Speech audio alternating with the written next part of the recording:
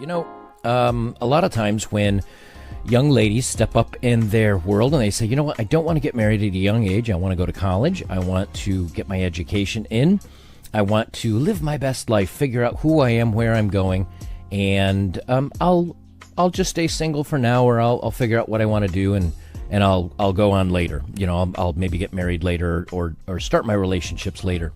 Oftentimes they're cheered on. They say, hey, you go and find out who you are and where you're going in life and so on and so forth. And if you don't go off the rails in college like a lot of people do, both guys and girls usually with imbibing a little too much and getting yourselves into a little bit of trouble, then it's not necessarily a bad thing to figure out who you are and where you're going. But when young men say, something, I don't think marriage is right for me, I don't think this path is what suits me, a lot of times that they're told they need to man up, they need to provide for a family, or they're shamed and they're saying, hey, who hurt you, or are you, you're not growing up, you're not becoming a mature adult. Well, marriage for men does not mean that that's what makes you mature. That's what makes you an adult. Couples that I see are just putting up with each other. Yeah, sure, some of them love each other and some get along, some don't, some get divorces. There's a lot of divorces. I'm a child of divorce.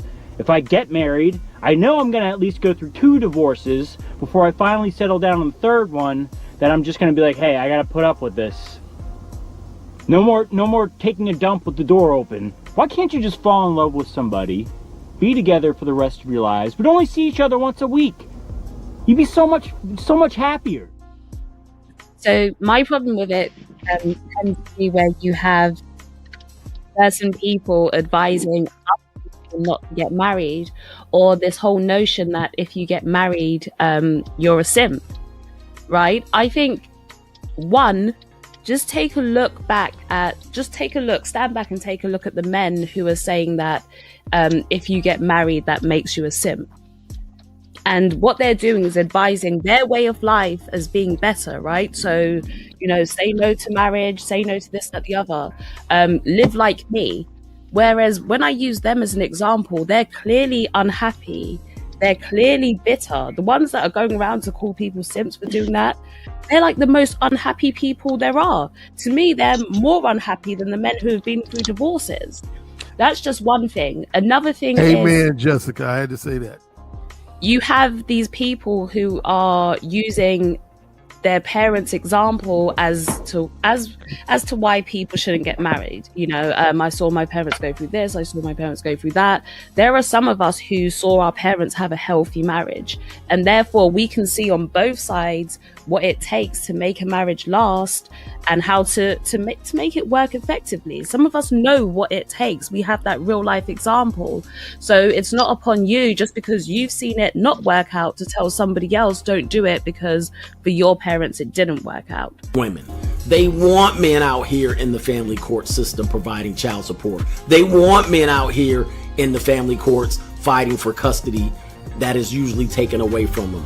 They want men out here. Where do I stop? Because when men decide to go their own way, those things are taken away. Dates, fancy dates, romance, child support, fights in the family court, third-party contractual marriage agreements that end up in the divorce court, end up fighting over custody. All of those things go away. And the one tactic that they have is to call you names, just like that kid.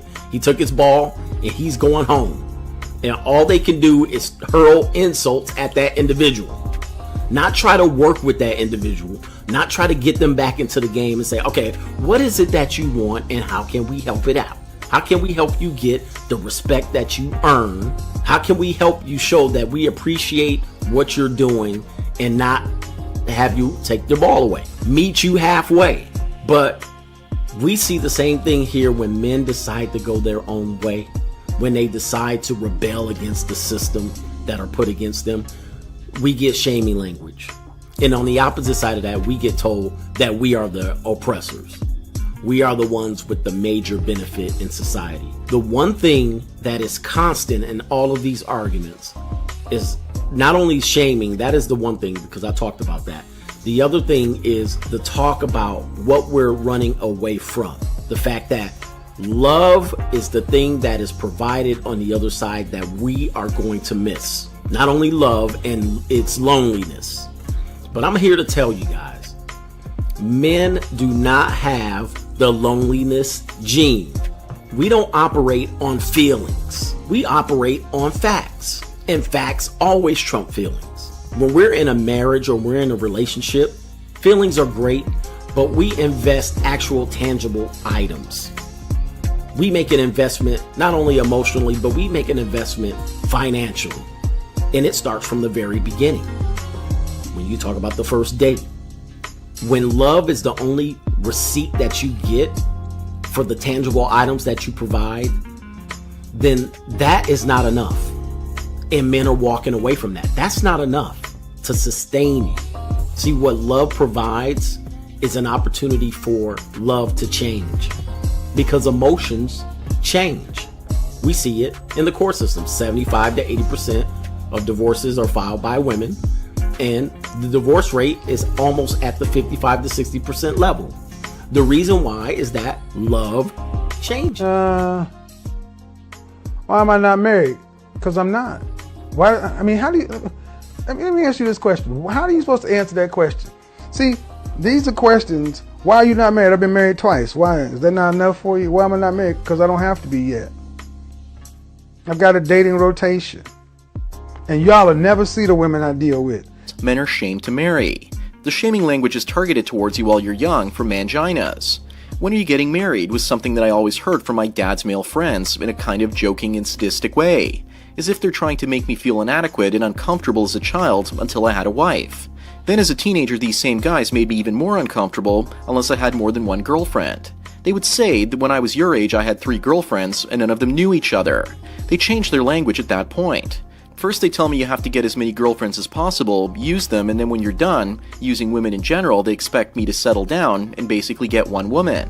But they don't say it that way. Let me think about this for a second. If the choice is between using women and getting used by them, then there has to be a third choice, which is not to play the game at all. Notice that's never mentioned.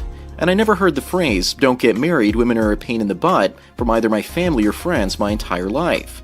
It was always, "When are you getting married?" Or "Why aren't you married yet?" When are the two of you getting married and having children? No one ever says, stay single as long as possible because married life is overrated. I'm not telling people, and I think this is what Ark was saying as well, we're not telling people not to tell your story, not to get it off your chest, not to do all of that. We're saying, get it off your chest, give your opinion. If you don't want to get married, fine. It's no skin of my nose, do you.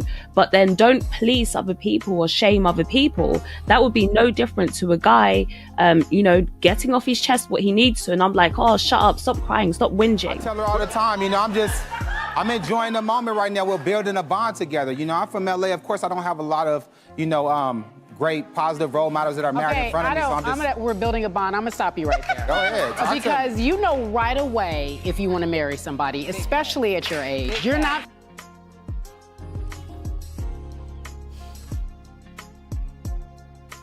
You know right away? What kind of rinky-dink mother fairy tale do you live in?